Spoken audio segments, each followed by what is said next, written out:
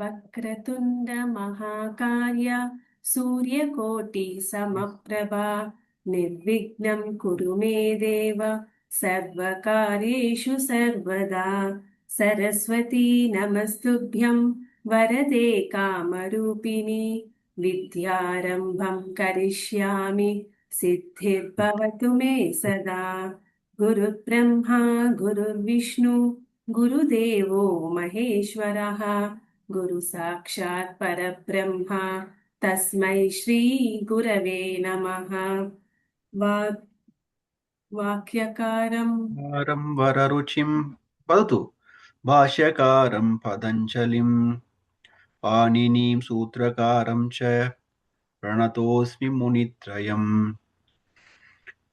येनाक्षरसमाम्नायम् अधिगम्य महेश्वरात् कृत्स्नं व्याकरणं प्रोक्तं तस्मै पाणिनये नमः वागर्ताविव सम्पृक्तो वागर्तप्रतिपत्तये जगतः पितरो वन्दे पार्वती परमेश्वरौ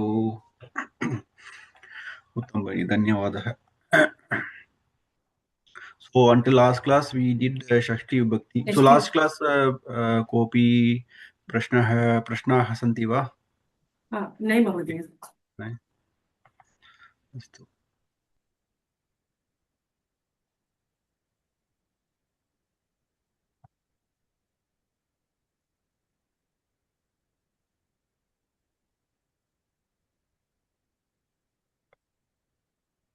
पटलं दृश्यते वा? नाट् एट् महोदय. न? हा दृश्यते. अस्तु.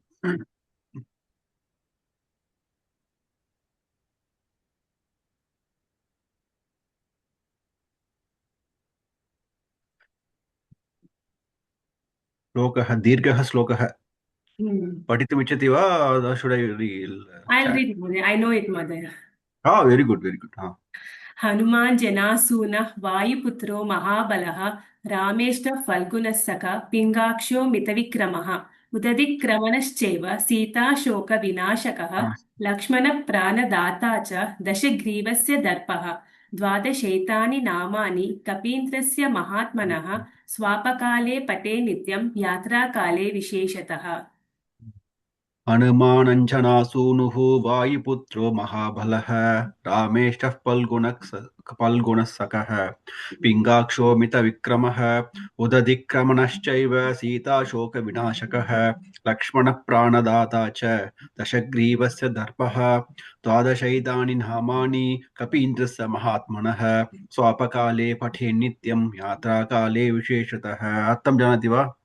It's like while traveling or when you're starting somewhere, we have to do this Pratana Slokam, and it's 12 names of Hanuman, Anjaneya Swami.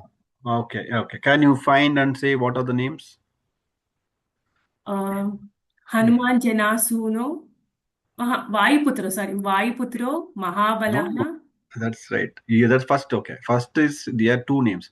Hanuman Pratamaha Nama. Anjana Sunuhu. Anjana ka. Anjana ka. Hanuman Mata. Hanumataha Mata. So Hanuman's mother Anjana. So Anjana Sunu. Anjana Sunu means Anjana's son. And Vayuputraha. Vayuputraha. So is the son of Vayudeva. Who is another other one son of Vayudeva? Who is like you can say is a brother? Arjuna. Arjuna is Indra's Bhima. Bhima. Vayuputraha Bhima. So Mahabalaha. So the most strength person. Rameshtaha. Rama Ishtaha. Who liked by Rama. Rameshtaha. Rama Ishtaha. Phalguna Sakaha. Palgunaha kaha. Arjunaha. Arjunasya anyat naam Palgunaha. Why? Falguna Nakshatram. He born very good. He born in Palguna Nakshatram. So he's Palguna. So there are two actually. Uttara Palguni and Purva Palguni.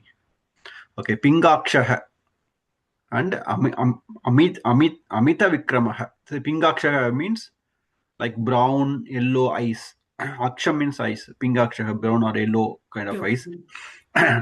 Amita Vikramah. Amita Vikramah is means? Very strong. Or Amita means what? Mita, Amita. Mita So is Vikrama. more. Amita means very, No. even more. Mita means measurable. Okay. Finite. Amita means you can't measure. It's infinite. Okay. So Amita Vikramaha. Vikramaha means is again he is a very strong person. Vikramaha means very mighty person. And Udadi Kramanaha Chaiva Cha Eva. Udadi Kramanaha ityukte kim? Udadi means Sagaram. Okay. So Udadi Kramana means one who crossed the ocean. Okay. So from Rameswaram to Sri Lanka, he crossed the ocean. Sita Shoka Vinashakaha, one who removed removes the Sita Shokas. Sita's sorrow. Sorrow. Lakshmana Pranadata. Who saved Lakshmana by getting that from the Sanjeevani Mala from the Mount Parvatam. So the what do you call the herbs, the medicinal herbs, Aushadam.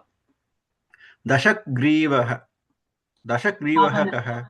Ravana. Dashagriva. So griva is like you said neck. So 10 neck or 10 heads actually. Dashagriva.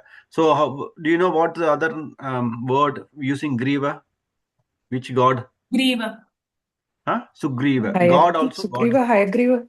Hayagriva. Very good. Hayagriva. Hayagriva is the saver of Vedas. He is the incarnation of Vishnu. Hayagriva. So the one who recited Lalita Sahasranam. Yes, correct. Hayagriva Sambade. Lalita Sahasranam. Very good. Dashagriva se Darpaha. Darpaha itukte the destroyer of pride.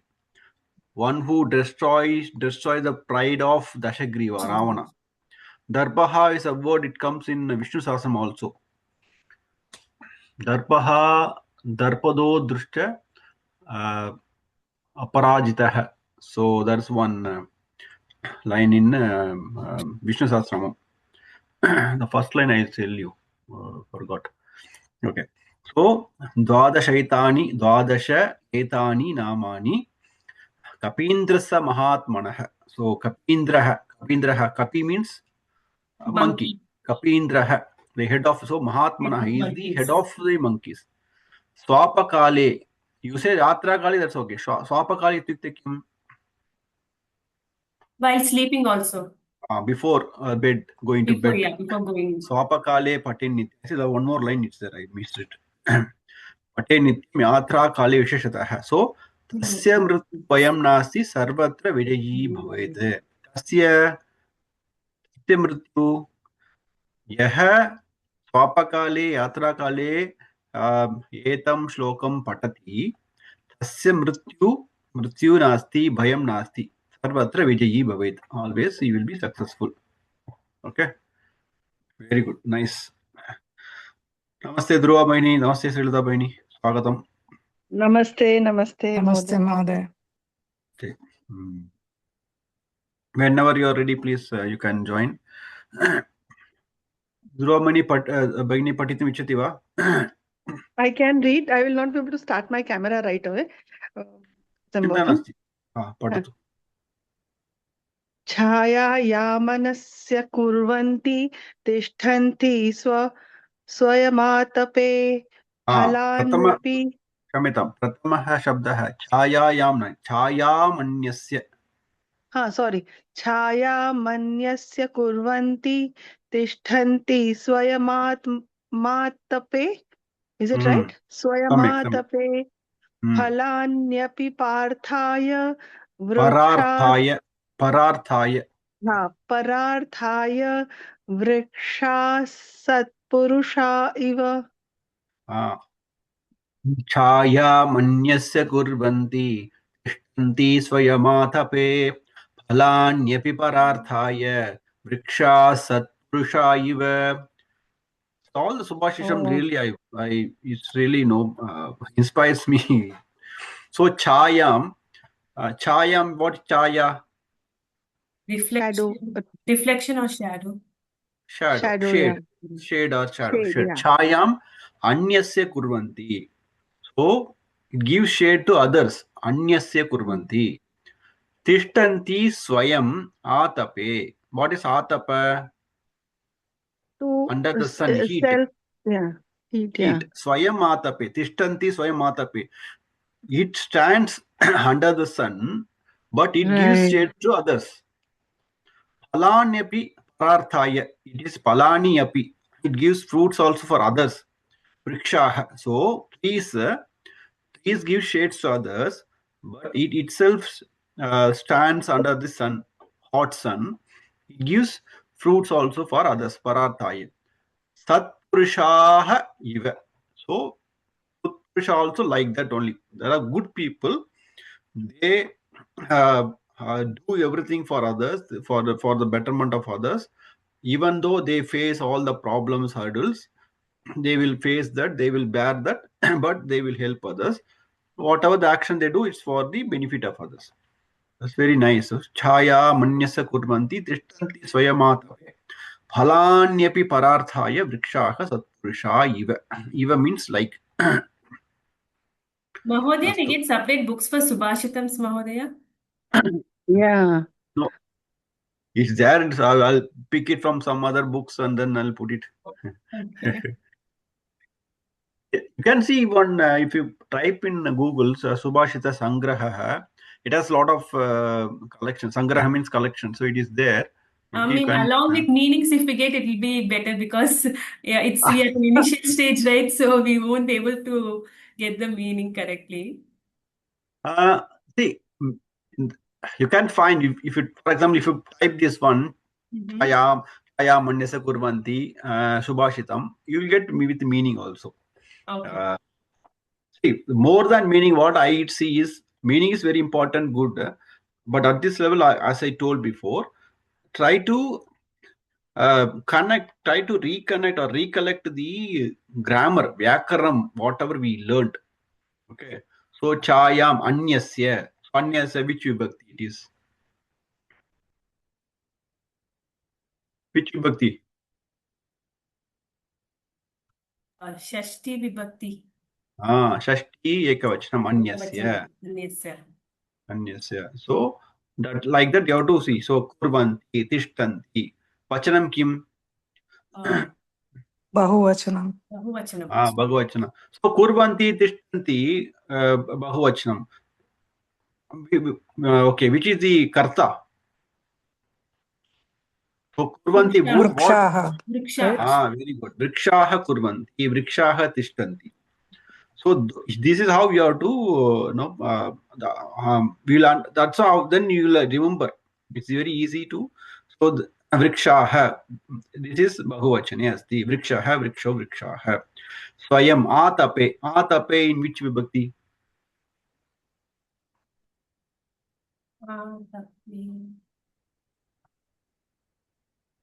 When you say Tape, Atape, It's Saptami. Saptami Ekavachanam. Rame, Krishne, Pustake. So, Atape. So, in Swayam Atape, in sunlight or hot sun is standing. But it gives shade to others. That's what it says. Okay.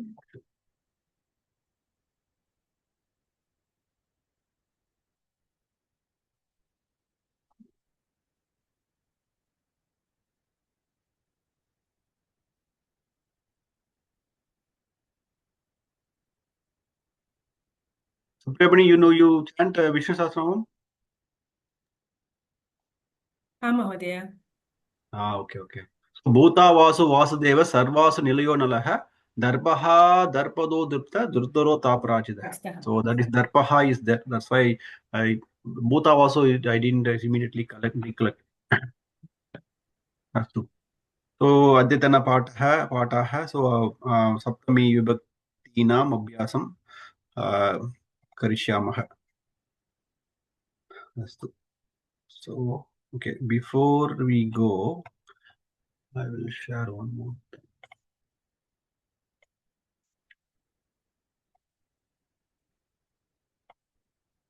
We do the initial abhyasam.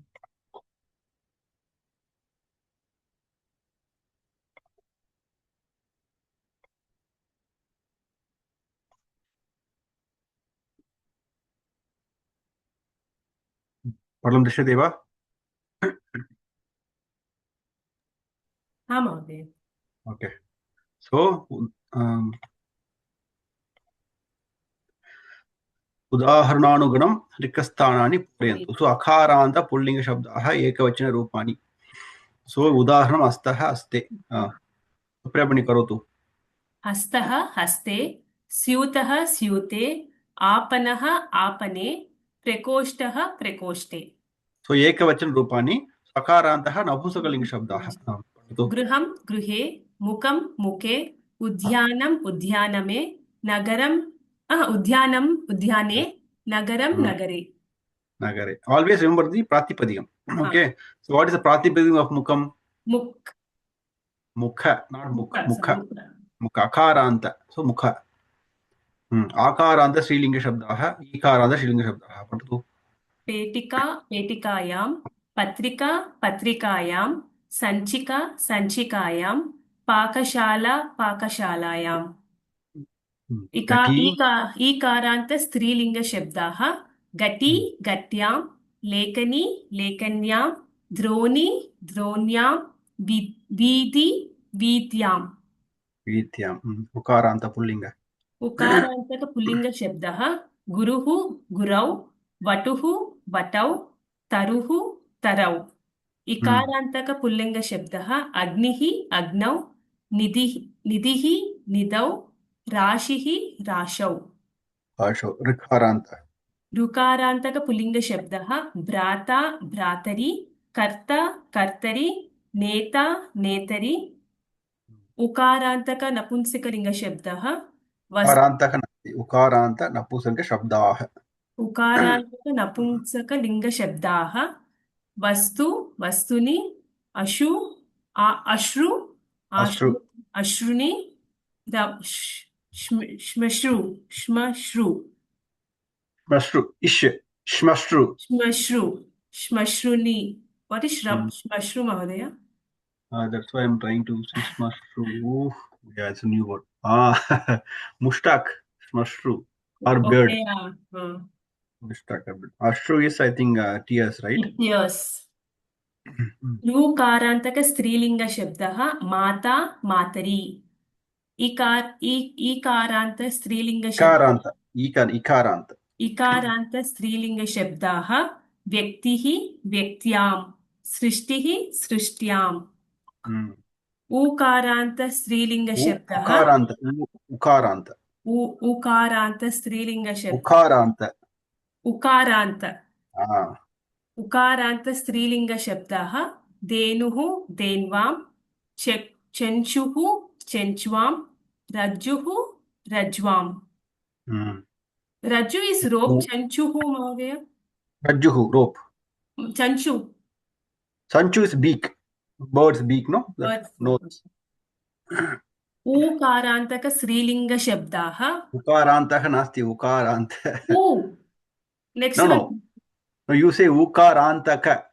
ऊकारान्त स्त्रीलिङ्गशब्दाः वधूः वध्वाम्। अस्तु।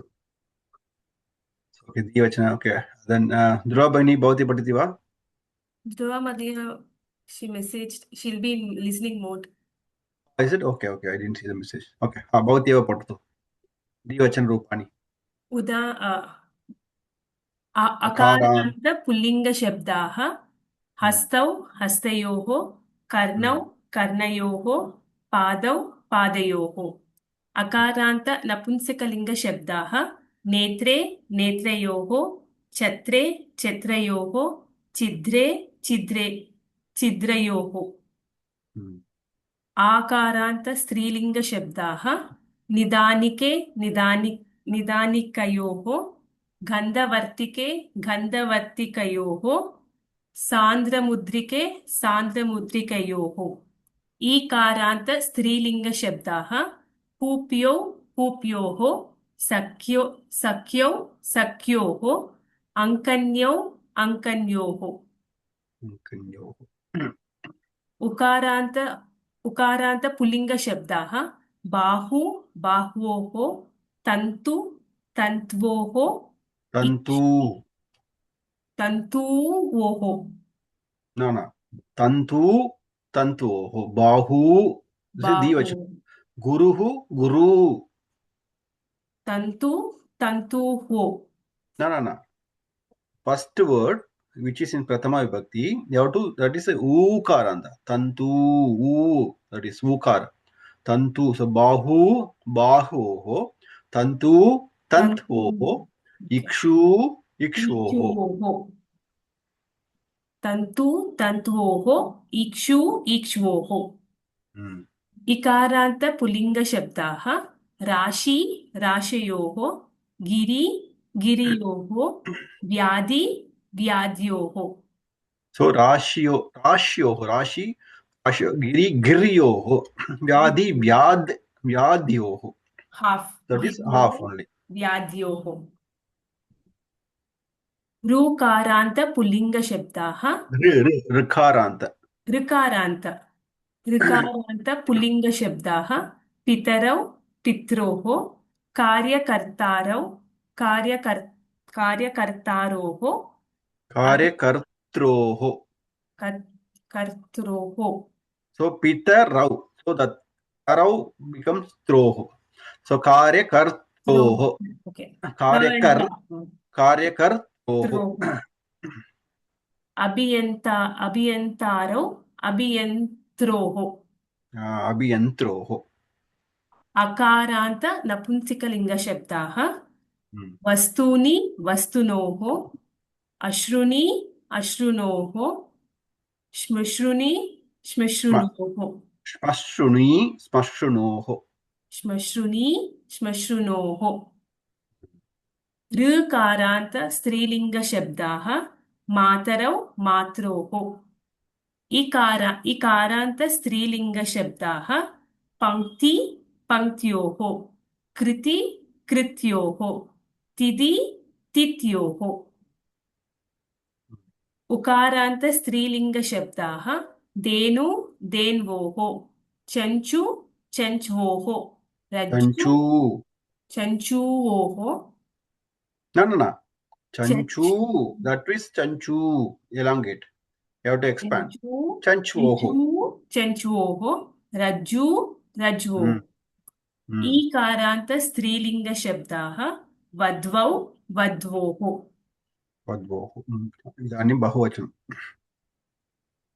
अकारान्त पुल्लिङ्गशब्दाः कटाः कटेषु ग्रामाः ग्रामेषु मेघाः मेघेषु अकारान्त नपुंसकलिङ्गशब्दाः श्रेत्राणि श्रेत्रेषु सस्यानि सस्येषु मन्दिराणि मन्दिरेषु आकारान्त स्त्रीलिङ्गशब्दाः मालाः मालासु पत्रिकाः पत्रिकासु कन्दराः कन्दराः कुन्दरा कन्दराः कन्दराः कन्दरासु what is kandara mohdaya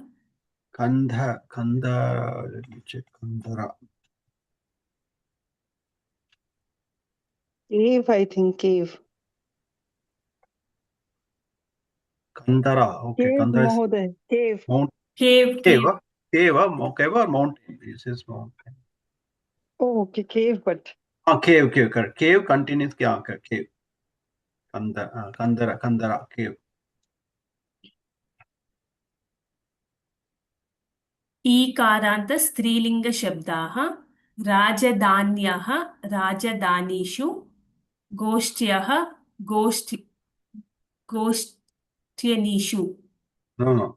See, Rajadhanyah, Raja Bahuvachana.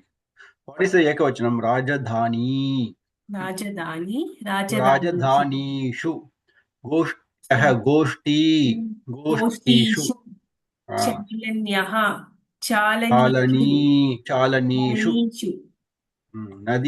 नदीषु नदीषु इकारान्त पुल्लिङ्गशब्दाः ध्वन्यः ध्वनिषु ध्वनयः ध्वनयः द्व ध्वन् ध्वन्यः नास्ति ध्वनयः न ध्वनयः आ, ध्वनिषु एकवचनं किम् ध्वनि ध्वनि ध्वनिः ध्वनिः इकारान्त न ध्वनिः इकारान्त अर्सम् सौण्ड् नो महोदय सौण्ड् ध्वनिः ध्वनिः ध्वनिषु बिन्द्वः बिन्दिषु बिन्दवः बिन्दवः बिन्दवः बिन्दवः बिन्दिषु बिन्दवः I think bindi is wrong actually. It's a bindu. Yeah, I think this is by it's akshara dosha tatra. So bindu bindavah. It should be, if it is a bindi, it will be bindayah. यः Not bindavah. Either it should be bindayah. Let me check. It's ukaranta. Bindi also is there. Or what? Check. It says bindi ikaranta only. No, it's bindu. So bindu is ukaranta. Ukaranta. So that will be bindushu. Bindushu. Samyak. Nidayah nidishu. Ukaranta pullinga shabdaah taravah tarushu. Tarushu. Venavah venushu. Rasvameva. Venushu. Pratipadikam kim? Pratipadikam Venu. Venu ityukte? Flute. Venu Gopal. Shishavah shishushu.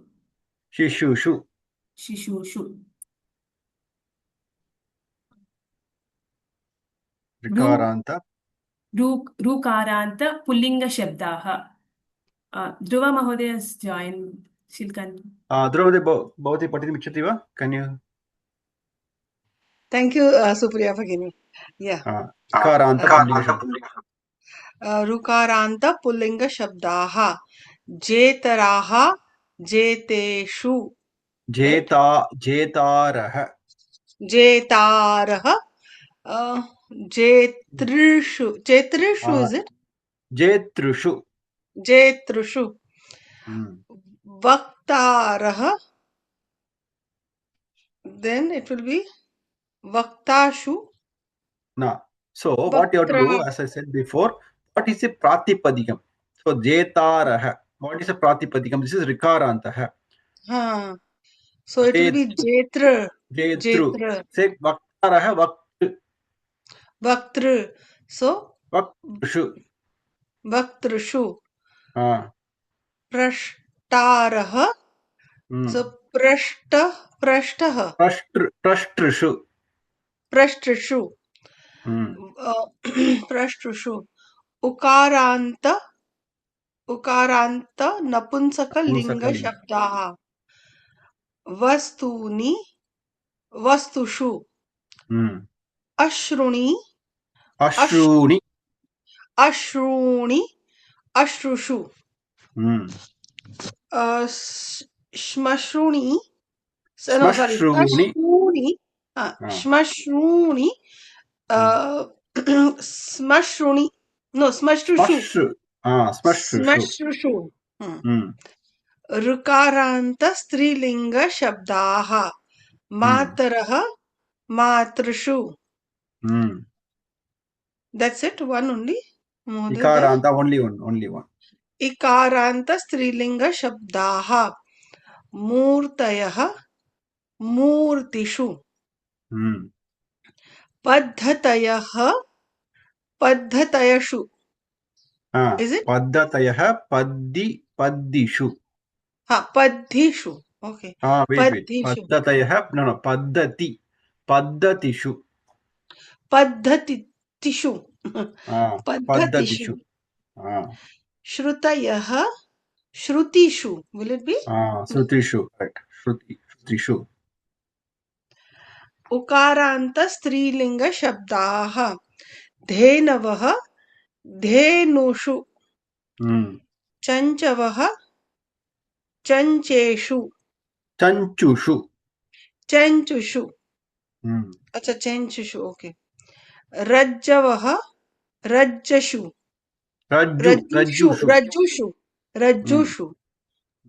वधवः वधूषु.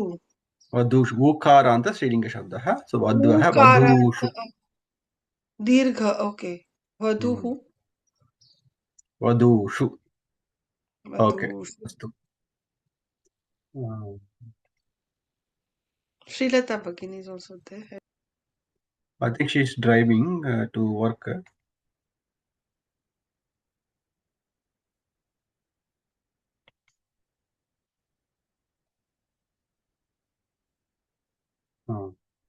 पठनं दृश्यते वा? Can you see? Yes, Mahoday. Yes, yes. So आवरणे विद्यमानस्य शब्दस्य सप्तमी विभक्तिरूपेण रिक्तस्थानानि पूरयन्तु. आवरणे शब्दः अस्ति, तस्य शब्दस्य सप्तमी विभक्तिरूपं चित्वा वाक्यं रचयन्तु. ओके, वाक्यानि. सो सन्यासी कुट्टिमः कटं प्रसारयति. सो कुट्टिमे is कुट्टिमः.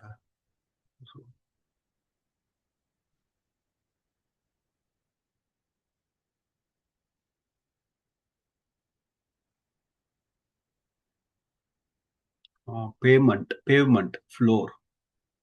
Katam prasarayati. Okay.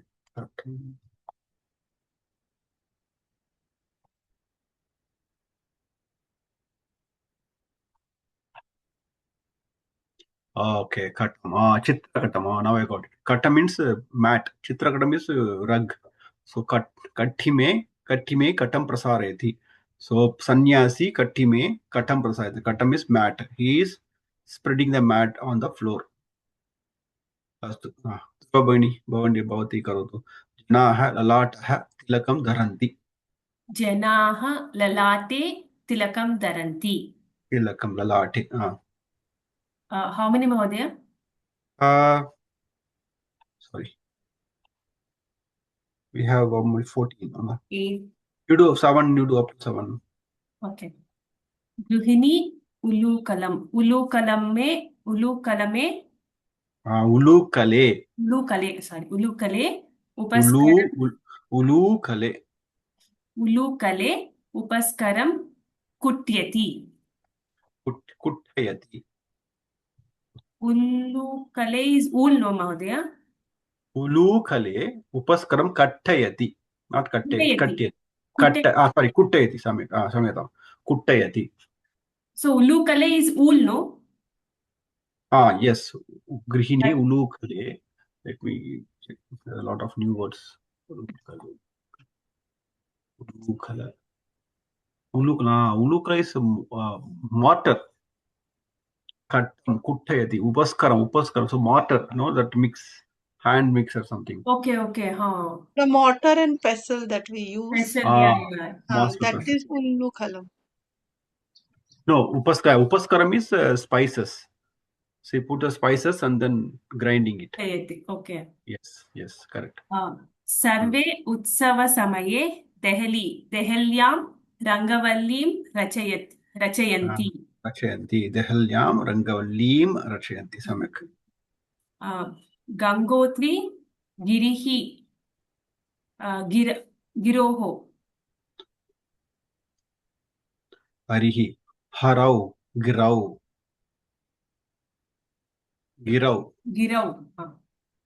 Gangotri गिरौ अस्ति.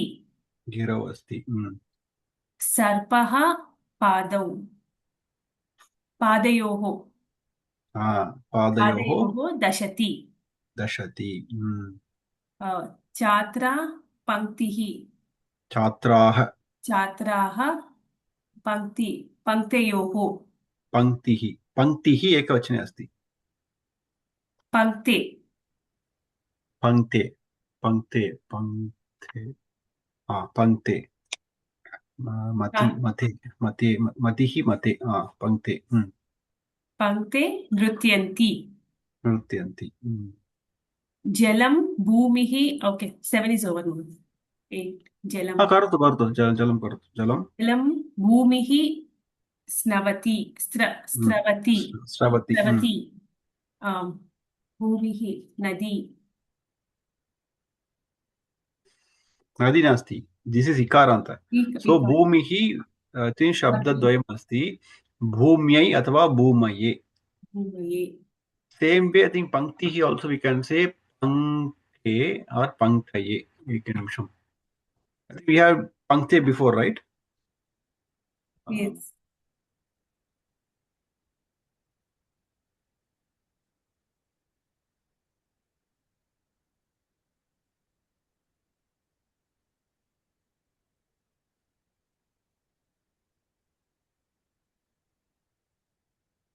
Panktiyoho dvivacharupani.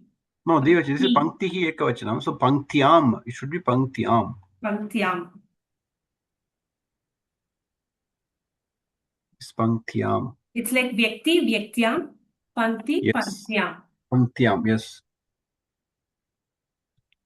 So panktyam nrityanti, jalam bhumyam stravati.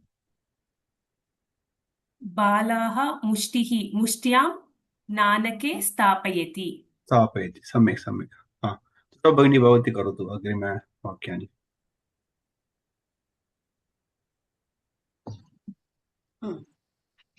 So, I'm sorry, I lost 10th one, Maudari. 10th one. Dashama Vakya. Dhanyam chadihi shushyati. So, dhanyam chadi. So, it will be saptami. We are looking at saptami vibhakti only, no? So, it will be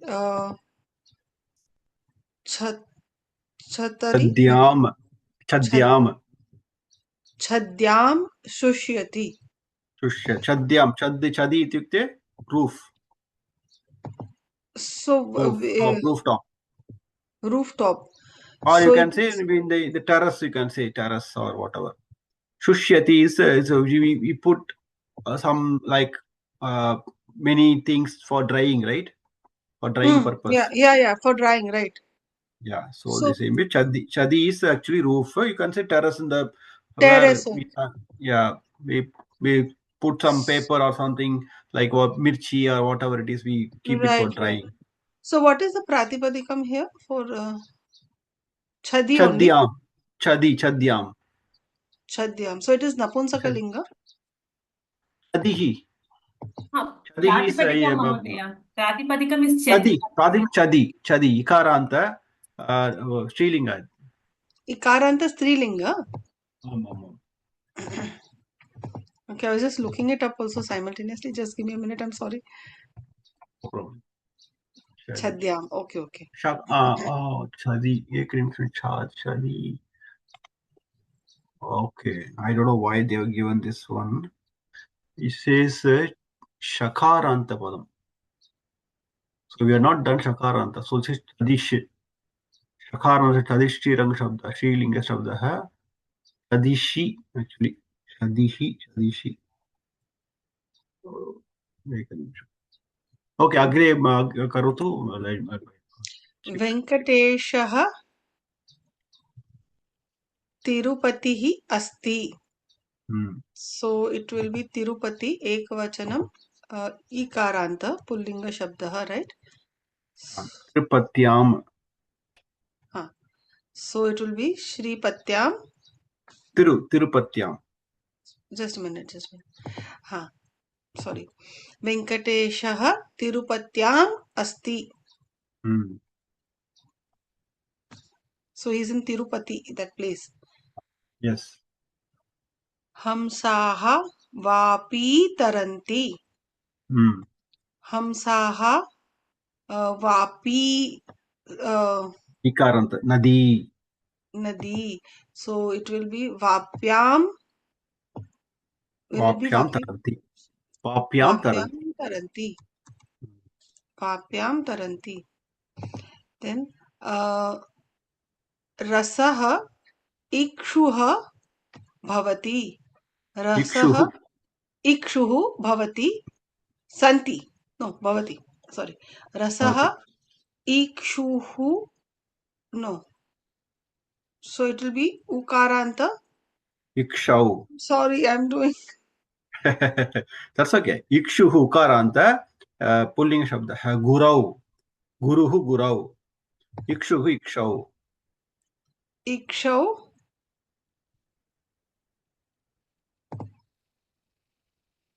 Sorry. See my screen? I cannot see. Down. Ikshu. Ikshah bhavanti. No, ikshau bhavanti.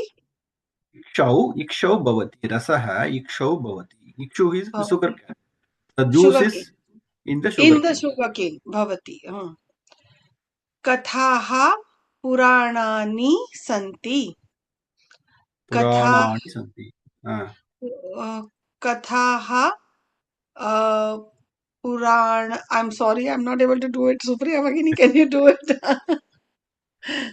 कथाः पुराणानि बहुवचने अस्ति. नपुंसकलिङ्गे बहुवचनं. पुराणेषु पुराणेषु सन्ति. कथाः पुराणेषु सन्ति. सौन्दर्यः मूर्तिः अस्ति. मूर्त्यां. सौन्दर्यं मूर्त्याम् अस्ति. मूर्त्याम् अस्ति. सम्यक्. वैज्ञानिकांशाः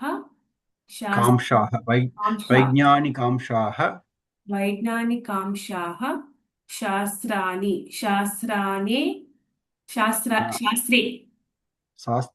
बहुवचने अस्ति. शास्त्रेषु उल्लिखिताः सन्ति. उल्लिखिताः. All new words, Mahodaya. Ullikita. You can say ullikitaha. So Vaijnanikamshaha. Shastreshu ullikitaha. Ullikitaha is also you can say a sketch or paint or drawings.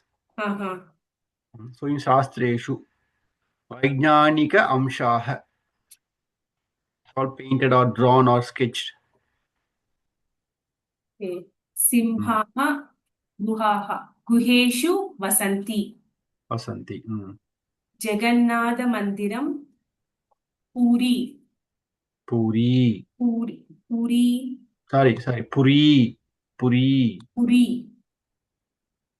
नदी पुर्याम. जगन्नाथ मंदिरम पुर्याम अस्ति. जगन्नाथ मंदिरम पुर्याम अस्ति. पुर्याम अस्ति. दावकस्य जानुन्यां व्रणः अभवत्. अर्थं किं? दावकस्य इत्युक्ते किं? दावक is jumping.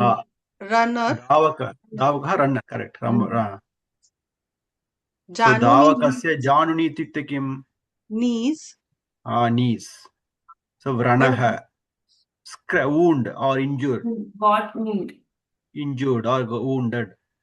Davakasya janunyam nadyam janunyam.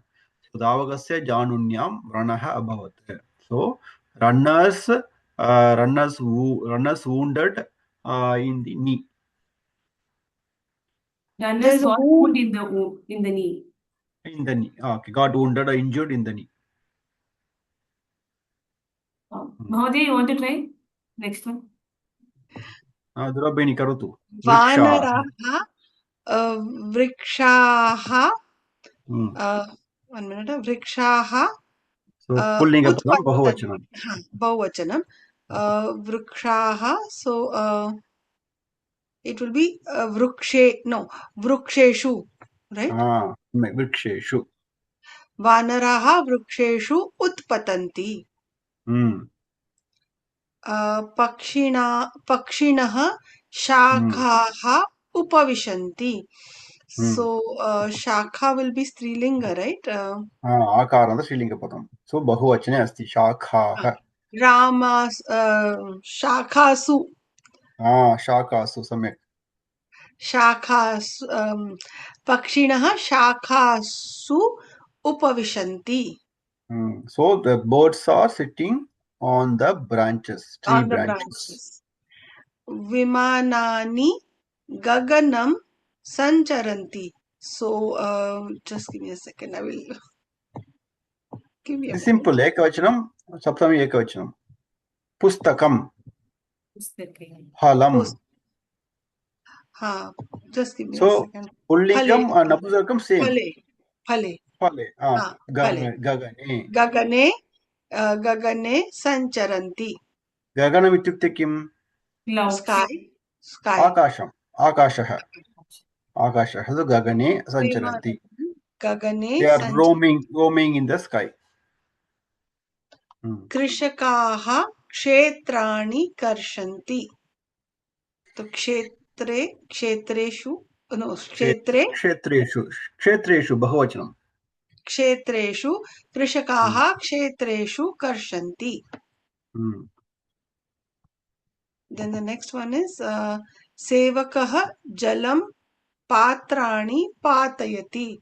सेवकः जलं पात्रेषु सम्यक् पात्रेषु पातयति. पातयति इत्युक्ते किं? Pours it. So patati. See, patati means what? Falling. This is make it fall. Like you say, so that means you're like filling up, or you're like you say pouring. So sevakah patreshu patayati. Just like I will study patham karotu, but when you teach it is pathayati, right? So same way. Patati patayati. बालकः पाणिः चुटति. So पाणि हरिः. So it will be like vari only. No, vari napusakalingam. This is panihi. Harau. So panau. So say balakah panau chutati. Picking up the stones, right? Balakah panau chutati. Panau means what? Not stones. Not stones. Panihi. Chakrapanihi. What is chakrapani? Hand. Chakrapani. Vishnu. Sudarshan chakra, yeah. Pani means hand, right? So chutati means I think it's snapping, something like that. Oh, okay. Yeah. सैनिकाः पर्वताः गच्छन्ति. So सैनिकाः पर्वतेषु गच्छन्ति. पर्वतेषु. पर्वतः लिङ्गपदम्. So पर्वतेषु. पर्वतः बहुवचने. पर्वतेषु is correct? Correct. Parvateshu. Okay. Chutati is also balakah panau chutati means he cut his hand. Whatever. Oh, okay. So kartaryam panau chutati. Apagatanam. Sainikaah parvateshu gachanti. So sainika, all the soldiers, army men going in the went on the mountains. Going लट्लकारे वर्तमानकाले गच्छन्ति. Going on the mountains. Okay. कोष्ठकसाहाय्येन उदाहरणानुगुणं वाक्यानि रचयन्तु. Okay. So तत्र दक्षिण वामतः भागे एकः स्तम्भः अस्ति, दक्षिणः भागे एकः स्तम्भः अस्ति. So now you have to match. So कोलाहलः उदाहरणं कोलाहलः मेलायां भवति. Okay, so these all in Prathama Vibhakti. You have to change that to Saptami Vibhakti, and then you have to match the following. Samyak Rupam Chitva, Sabdam Chitva, सप्तविभक्तिरूप्यां परिवर्तनं कृत्वा वाक्यानि रचयन्तु. Okay. Supriya Bani, next अग्रिम वाक्यं करोतु. You just one by alternate. You do one, you do Dhruva Bani do one. So Prakashah. प्रकाशः दीपे भवति. Deepe Bhavati. So you have to choose one of the three appropriate Kriya Padam. You can't say Prakashah Deep Gachati. Deepe Bhavati. Shayyah. Shayya. Shayya. Samyaka. Shayya. What is Shayya? Bed. Very good. Shayya is bed. So what is one Shariram. No. Paryankaha is cot. Oh, cot is it? Paryanka. This is Fan, mattress. is it fan? Paryankaha? Paryanka, that is fan is Vyajana. That is Vyajana. Okay. This is Paryanka is cot. This is mattress. Okay. So Shayya, Paryanke, Bhavati. Vimanam Akashe Gachati. Samyak. Bhramaraha Pushpe Upavishati. Bhramaraha is bee, honey bee. Pushpe Upavishati.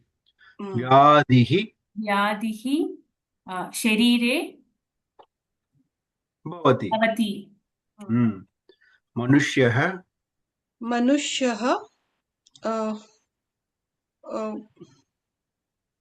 what can he be? What is Needaha? I'm sorry. And Vithi? I'm not familiar with those. Viti is a street. So Manushyaha Vityam Gachati. Vitham Gachati. Vityam Nadi Vityam Gachati. Pakshi Vrukshah. So Pakshi Vrukshe Upavishati. Nasti. So Vanaraha, what will put Vanaraha then? So Needaha means Needa is a nest. Okay. Pakshi Neede Bhavati. Neede Bhavati.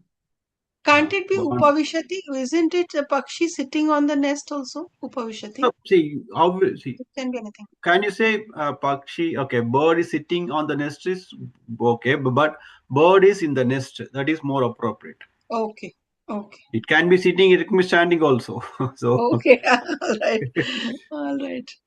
Vanaraha Vrikshe Upavishati, if appropriate, you can say Bhavati also. It's good. That's nothing wrong. Also, okay.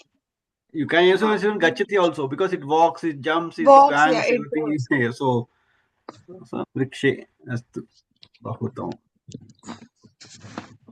So Heteshu Jalam Kutra Bhavati Kutra Na Bhavati iti likhantu. So you have to see the words and say, for example, Udaharane Jalam Chashake Bhavati. So Agnihi Jalam Agnau Na Bhavati.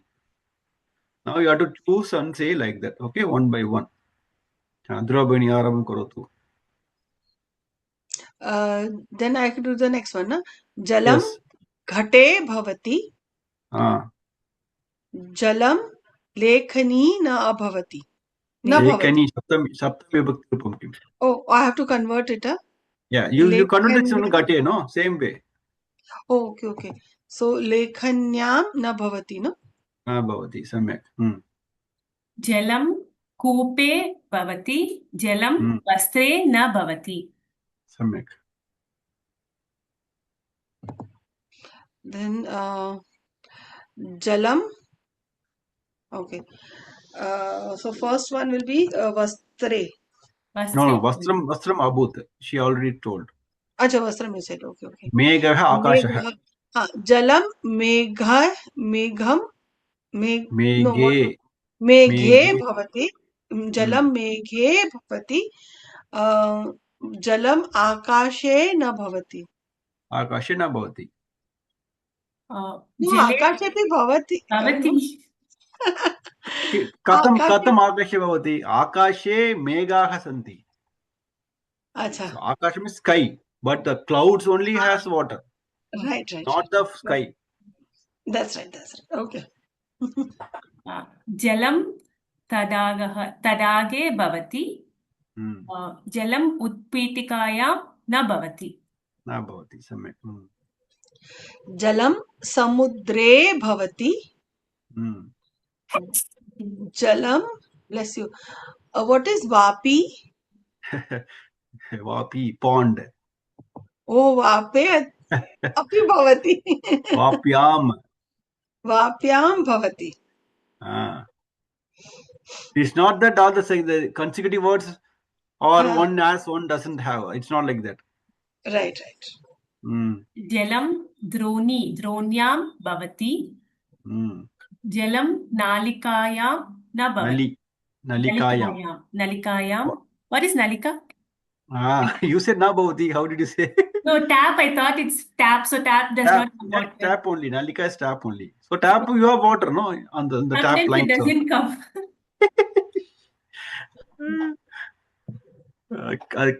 कस्य दोषः? Okay. नलिकायां भवति न भवति. It's okay. Jalam bhumiः. Now will it be bhavati? Bhumyam.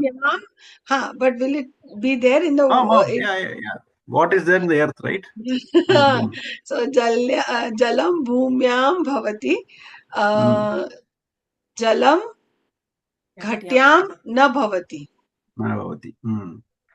जलं कावेर्यां भवति जलं पात्रे न भवति पात्रे यदि भवति पात्रे पातयति तदा भवति अस्तु जले जलं sorry jalam patre dadhi we got answer Mahodaya. It's there yeah but answer is but it's there in the okay Saptami Vibhakti, but you have to say whether the water is there or not. Bhavati na bhavati. What is dadi? Yogurt? No. Yogurt. So jalam dadhi bhavati. Dadhani bhavati. Dadhani na bhavati. Can you take the water out from Dugdham bhavati. Can you take the water out? You can't take, no? So this is na bhavati. Na bhavati. Then it will be jalam bhandam bhanden. What is it? Bhandena bhavati. Bhandena is Tritiya Vibhakti. Saptami Vibhakti ka. Bhanda will be what? Bhandam bhande. Bhande bhavati. Bhande na bhavati. Bhavati. You can say if you fill that one, it's a big vessel. It will be there, no? So it will be bhavati, maybe. Bhande bhavati. Samyak.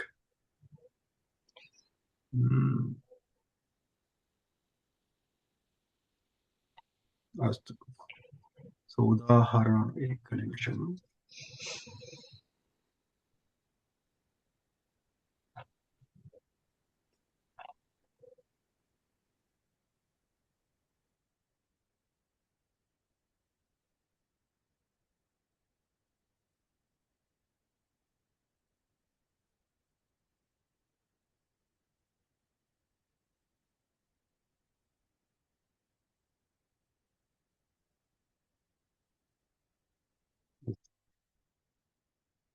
श्वेता भगिनी पठितुं शक्नोति वा?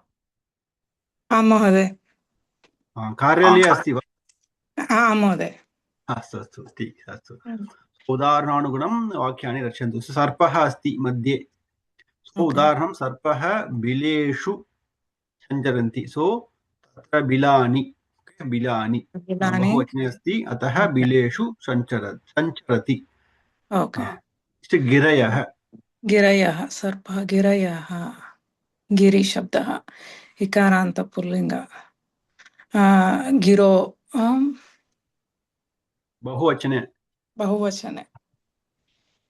गिरिषु right गिरिषु सम्यक् okay सर्पः गिरिषु Is everything sancharati, Mahoday? Sancharati eva. Sarpah sancharati. Sancharati is going around. Going roaming around. Okay. Yeah. Okay. Kandaraha. So that is Kandaraha. Kandara is Akaranta Pullinga. Kandare. No. Kandaraha Bhagavachanam. Kandaraha. Oh, Kandareshu. No, Kandara Srilingam kila. Strilinga, Kandara. That's why we saw Then. boys in the example. Kandarasu. Sarpaha Kandarasu Sancharati. Gulmaha. Oh my goodness. Gulmaha. Pullinga padam Bhagavachanam. Okay. Gulmeshu. Gulmaha. Bush. Oh. Bush. Gulmeshu. Okay. Sancharati. Okay. Guhaha. Guheshu. Sarpaha Guheshu Sancharati. What is this? Valmikani.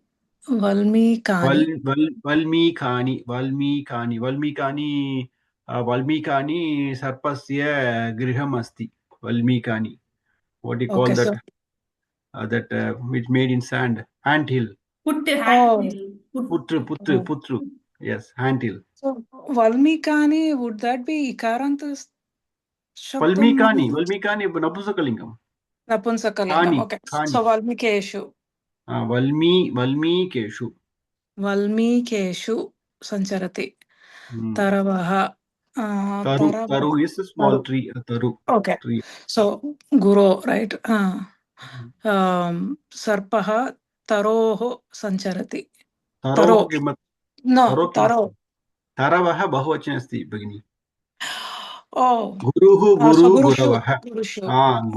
Tarushu. Okay. Tarushu Sancharati. Sarpaha Gurushu na Sancharati. Tarushu.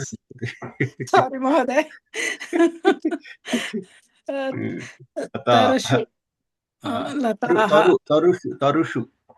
Tarushu Sancharati. Okay. Latasu. Sarpaha Latasu Sancharati. Samyak. Astu. Udaharanugam etaihi padaihi vakyani rakshayantu. So janaha sabdaha madhye asti vamastambe kechana sabdaah shanti dakshinastambe kechana sabdaah shanti. Okay, so upavashanti kriyapadam atra asti brahmanti asti. So pratamah udaharanam janaha apanaha भक्ति बहुवचनम आकारांत पुल्लिंगम. सो आपनेषु उपविशन्ति. जनाः मार्गेषु भ्रमन्ति. अस्तु. सुप्रिया भगिनी अग्रिमवाक्यं करोतु. जनाः आपणेषु उपविशन्ति. जनाः कार्यालयेषु उपविशन्ति. चतुर्थं वाक्यमपि करोतु. उद्यानानि. It is also again Napunsakalingam. Janaha udyaneshu भ्रमन्ति. उद्यानेषु. जनाः उद्यानेषु भ्रमन्ति. सम्यक्. भगिनी. यानानि. जनाः यानेषु उपविशन्ति. पर्यटनस्थलानि. जनाः पर्यटनस्थलानि. स्थलः will be the word, right? So स्थलानि. नपुंसकलिङ्गं बहुवचनं. स्थलानि बहुवचनं. So स्थलेषु, right? स्थलेषु. पर्यटनस्थलेषु भ्रमन्ति. सम्यक्. श्रीलता भगिनी. जनाः गृहाणि. सो जनाः गृहेषु उपविशन्ति. जनाः महानगराणि. सो महानगरेषु भ्रमन्ति. सम्यक्. महानगरेषु भ्रमन्ति. सुप्रिया भगिनी. जनाः सभाः is latasu. Sabhasu upavishanti. Sabhasu. Very good. Vidyah. Janaha vidyaha. Vidye. Pratipadikam kim? Vidyaha. Vidyah. When you say yaha, vidyah. Yaha. Yeah. Viti, right? Viti. Samak. Viti. Nadi. Nadi. Nadyau. Nadyah. So bahuvachanam, saptami bahuvachanam kim? Nadyam. Nadyoho. Nadishu. Nadishu. Janaha vidishu bramanti. Vitishu. Vidishu. Janaha Na- vidishu. Mahapranatha. Ditya varnaha. Vidishu. Vithishu.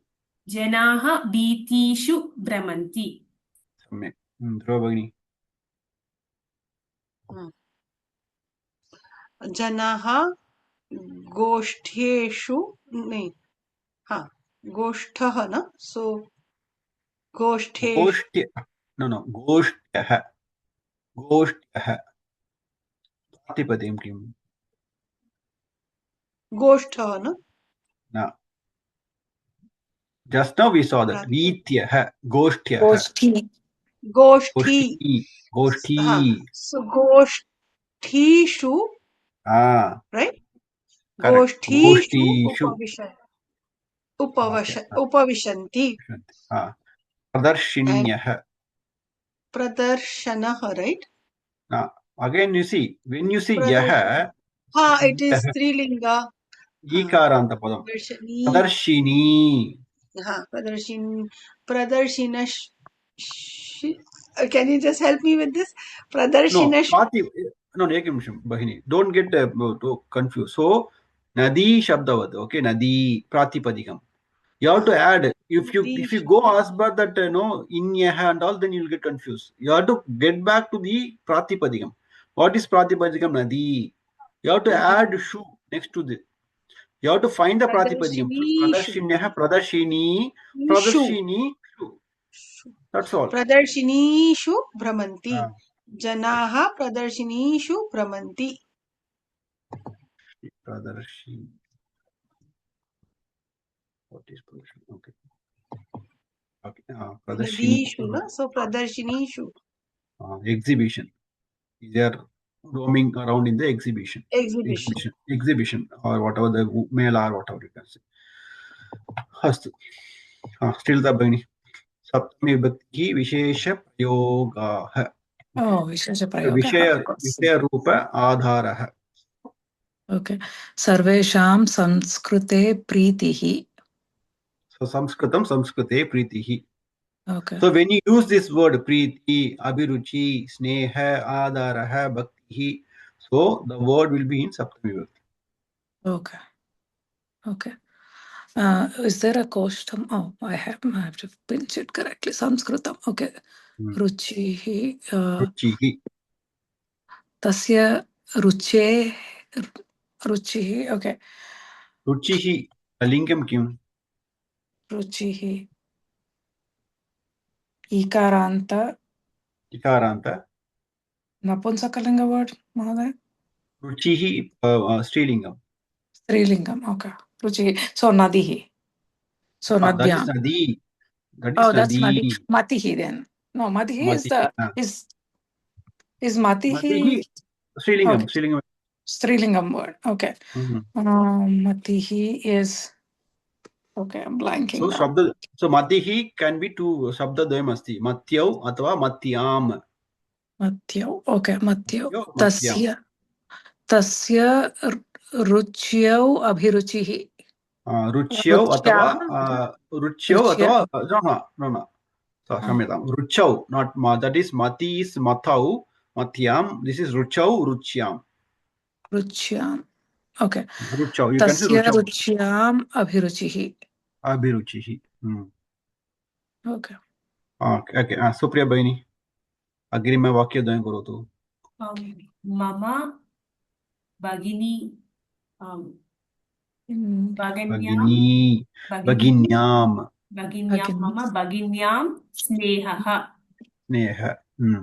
Etasya Shikshake Adharaha.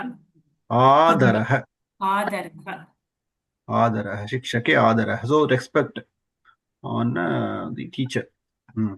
Dhruva. Asmakam Devaha. Deve Bhaktihi. Okay. Deve Bhaktihi. Okay. Dhruva Bhagini Bhavati Karut. Kasya. Kasya Astikah. So who is an astika? Asakti. Asaktihi. Asaktihi. Oh, sorry. Asaktihi. Kasya Devah, right? It can be Deve only. No. Last one. This Sadacharanam. direct word. Sadacharanam. Sadacharanam. So Sadacharane Asaktihi.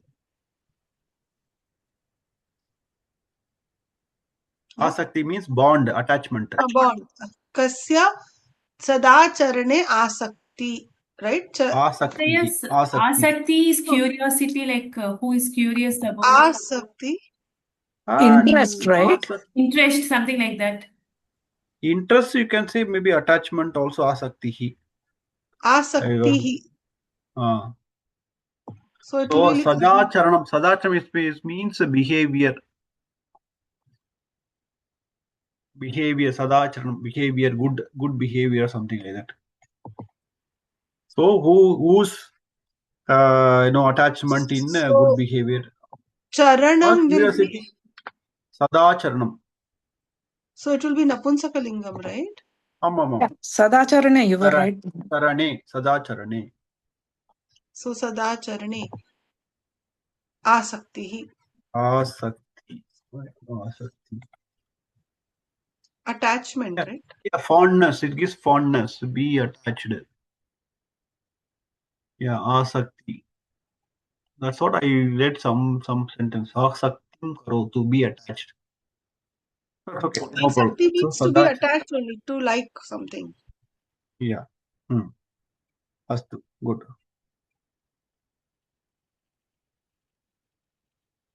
Ekanimsham.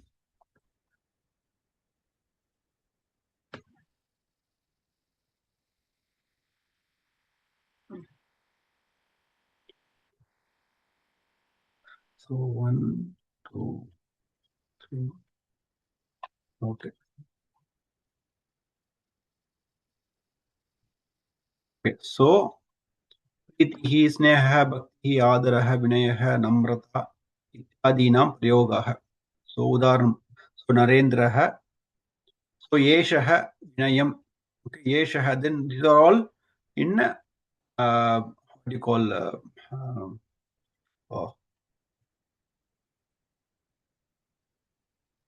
what suddenly one out of my Sarvanama Padam, right? Sarvanama Padam. Sarvanama Padam. So we have to do this Saptami Sarvanama Padam. Okay.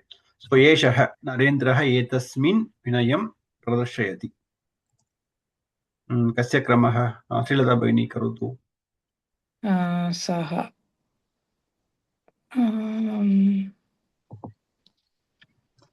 It's in the first one, Mahodaya. Same thing only. Yeah, Yeshaha etasmin. Saha Tasmin. Okay, Narendraha Tasmin Adaram Pradarshayati. Pradarshayati. Okay. Agrimav kimapi karotu. Narendra Bhavan. Bhavan Preeti. This is Takaranda Padam, Bhavat Sabda. So it's Bhavati. Bhavati Saptami Bhakti. So Namapade, you should not get confused. When you say Bhavati, it can be Kriya Padam, Bhavati. But it can be Saptami Bhakti, Ekavachanam, Bhavati. Rasvam, right? Rasvam, Bhavati. Bhavati, okay. Bhavati. Narendraha Bhavati Preetim. Preetim. Preetim. Okay, Bhavati Preetim. Okay.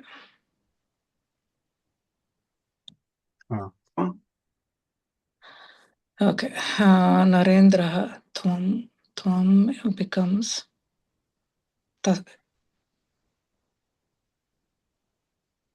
Tvam, I'm not sure now that. Who can say Tvam?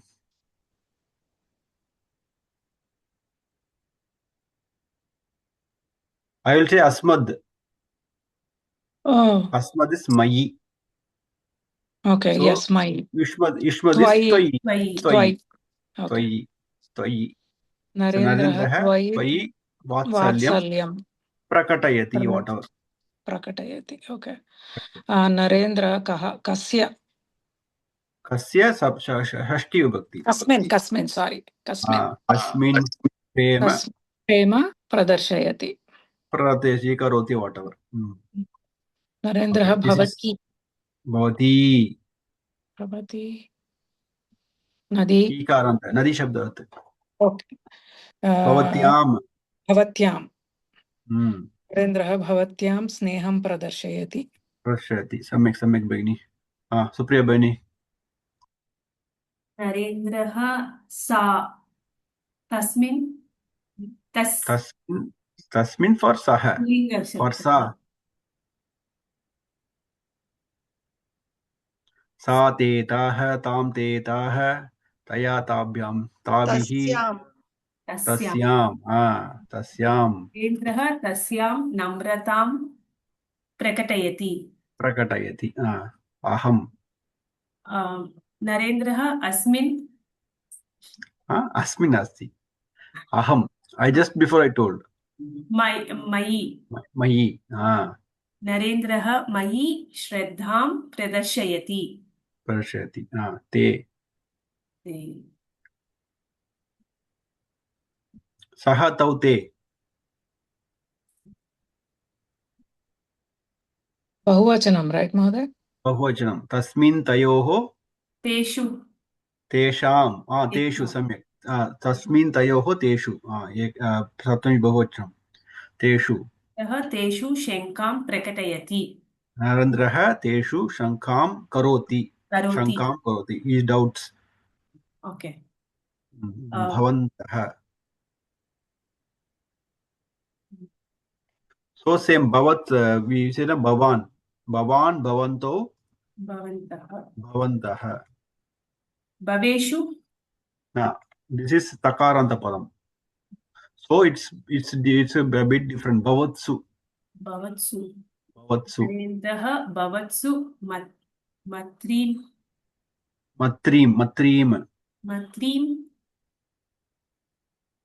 प्रदर्शयति matrim means matrim I think friendship of like that matri you see matri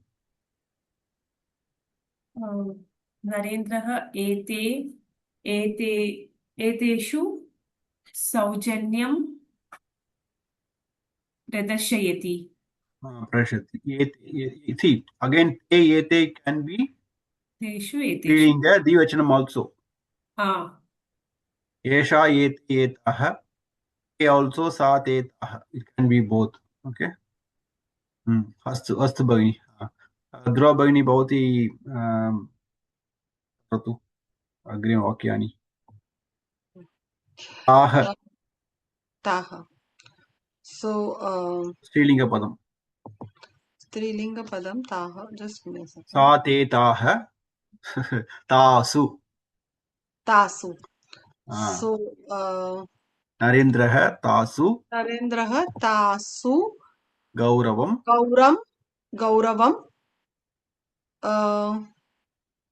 प्रदर्शयति प्रकटयति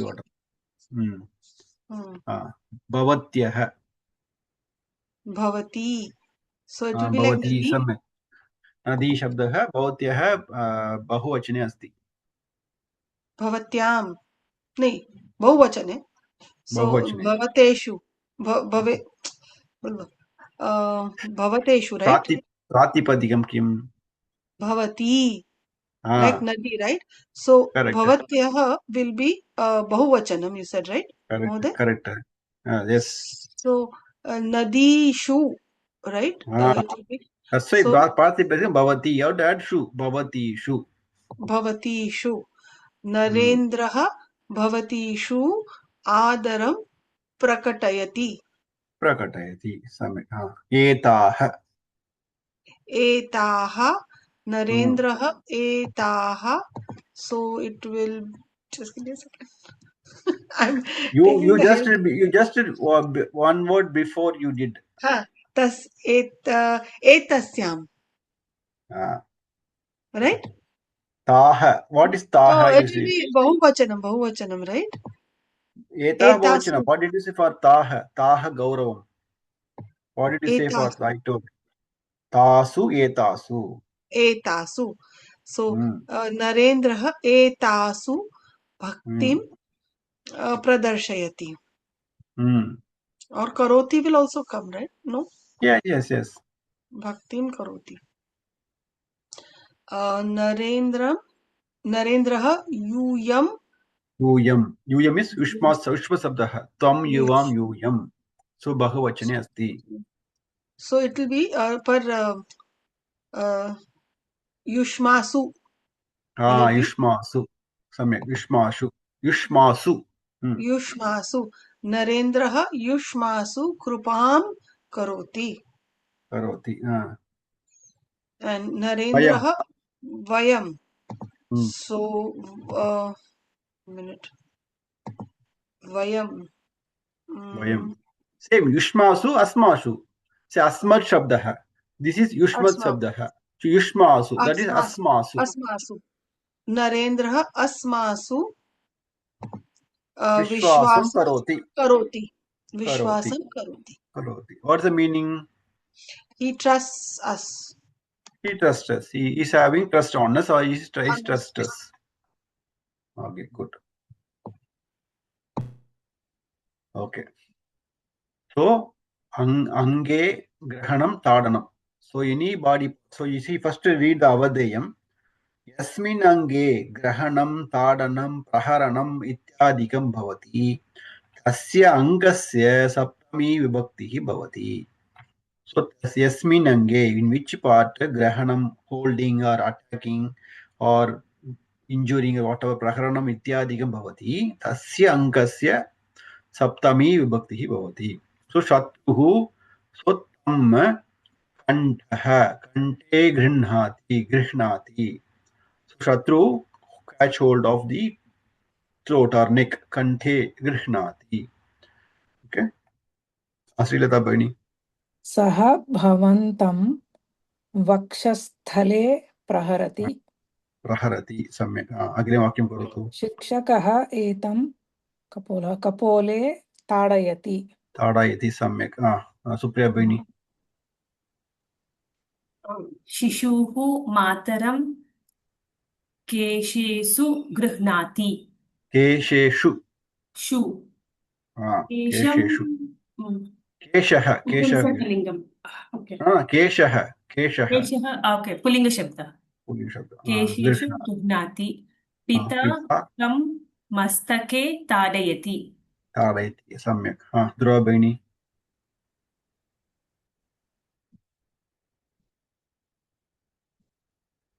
Yeah. Sorry.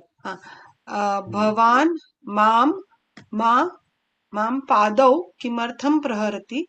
So this will be dvivachan, right? Dvivachanam. So pada.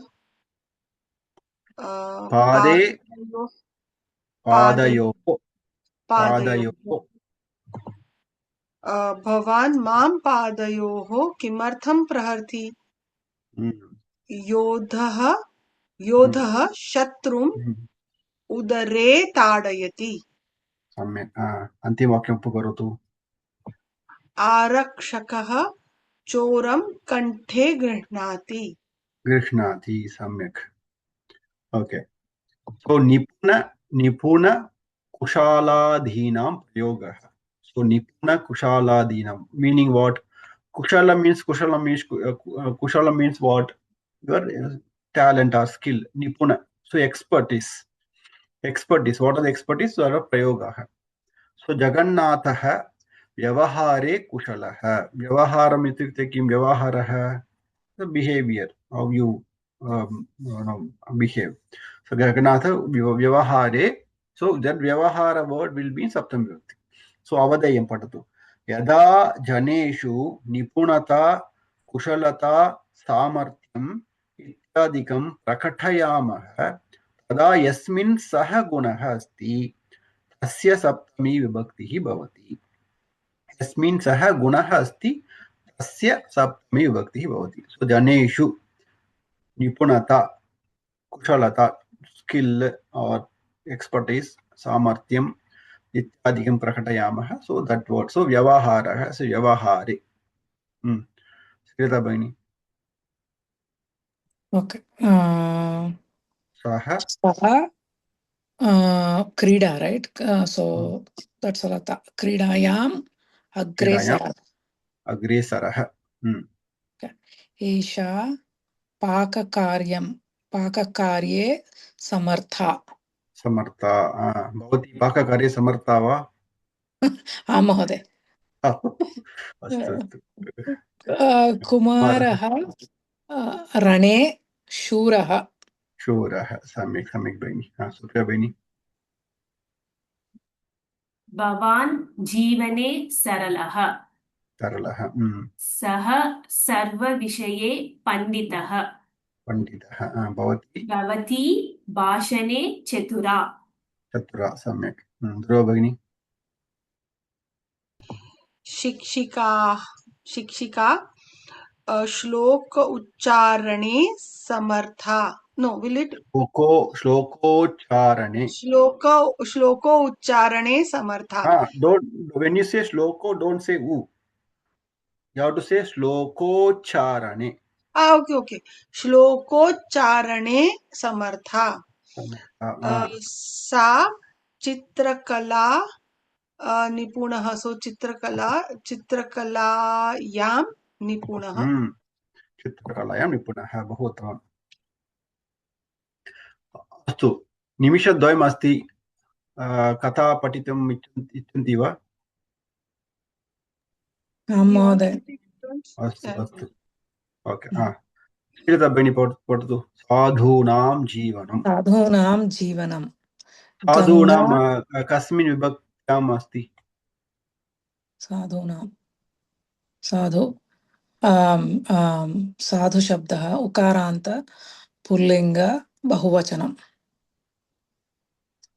साधूनां कस्मिन् विभक्त्याम् अस्ति? कस्यां विभक्त्याम् अस्ति?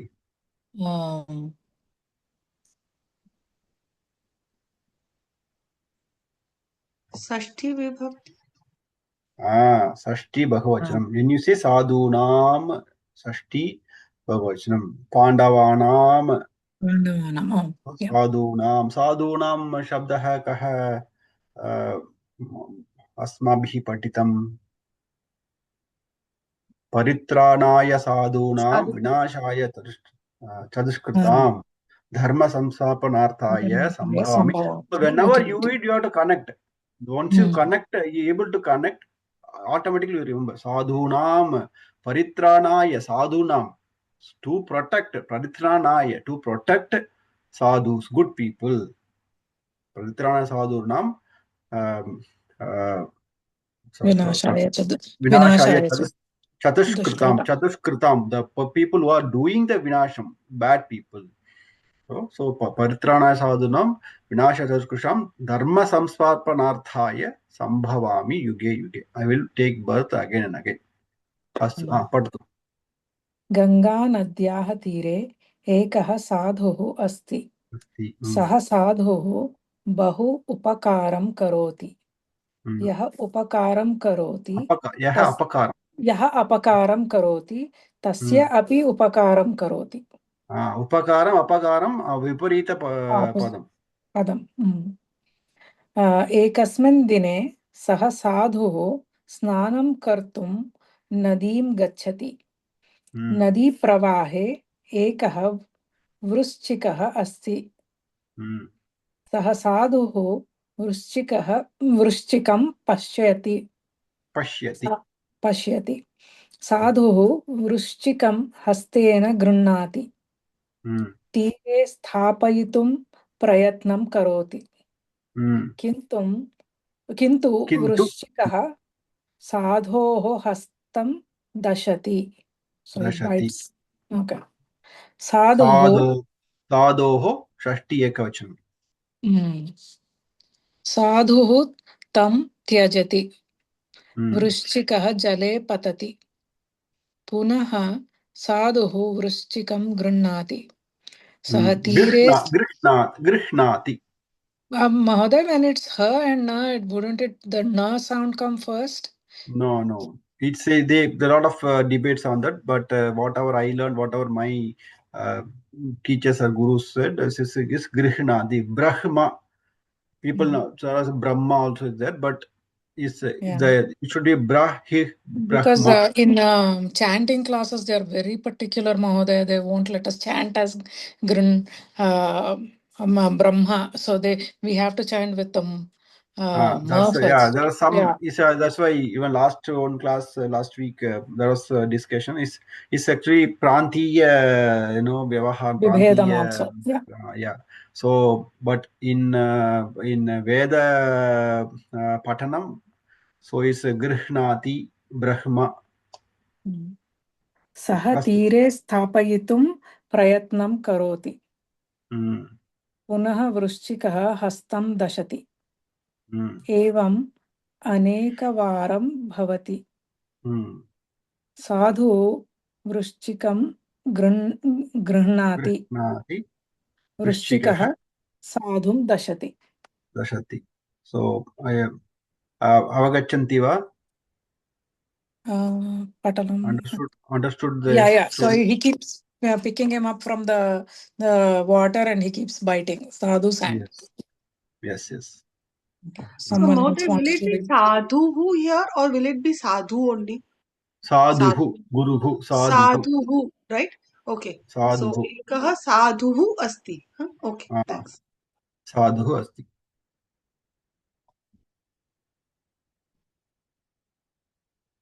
Patatu bhagini, Srijata bhagini. Dhruva Bhagini patatum ichchati va? Mute madhye asti. Yes, I want to read. Thank you so much. Patatu. नदी तीरे एकः जनः अस्ति सः एतत् सर्वं पश्यति सः पृच्छति साधु महाराज एषः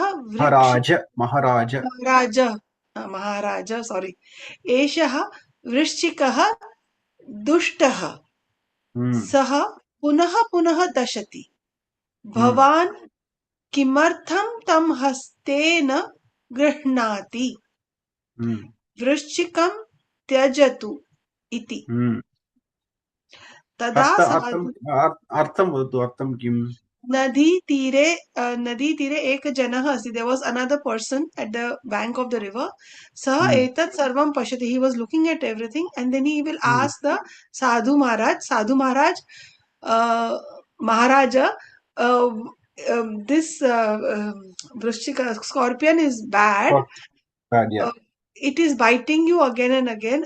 Even then, why are you picking it up with your hands? Just let it go.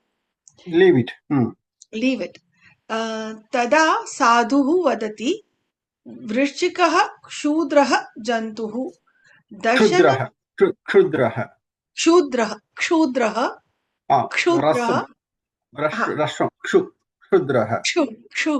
Kshudrah jantuhu दर्शनं तस्य स्वभावः सः स्वस्य स्वभावं न त्यजति अहं तु मनुष्यः अहं मम परोपकार स्वभावं कथं त्यजामि इति He says that vrishchikah kshudrah jantu, it's a low creature. Low, you can say low or bad or cruel. And dashanam, to bite, is its nature. Yes. Saha swasaya swabhavam. Sasya swabhavam. Swasya swabhavam, when it doesn't give up its nature, then I am a human being. Why should I give up my nature to do paropkar, to do good to others? Why should I leave that? Yes. So, aham mama paropakara swabhavam katham tyajami. How will I leave my helping nature? Nitihi. Yaha apakarinam api upakaram karoti saha eva sadhuhu bhavati. So, yaha apakarinam api upakaram karoti saha eva sadhuhu bhavati. अपकारिणां कस्यां विभक्त्याम् अस्ति वचनं किम्? अपकारिणः सप्तमी विभक्ति नो sorry साधूनाम् अपकारिणाम् तो षष्ठी बहुवचनं षष्ठी अपकारिणाम् अपि उपकारं करोति. So the one who helps even the bad people, सः एव साधुः. He is a good person. उत्तमं. धन्यवादः भगिनी. Thank you. मङ्गलश्लोकं का वदति? दूरवाणी भवति वा? सर्वे भवन्तु सुखिनः.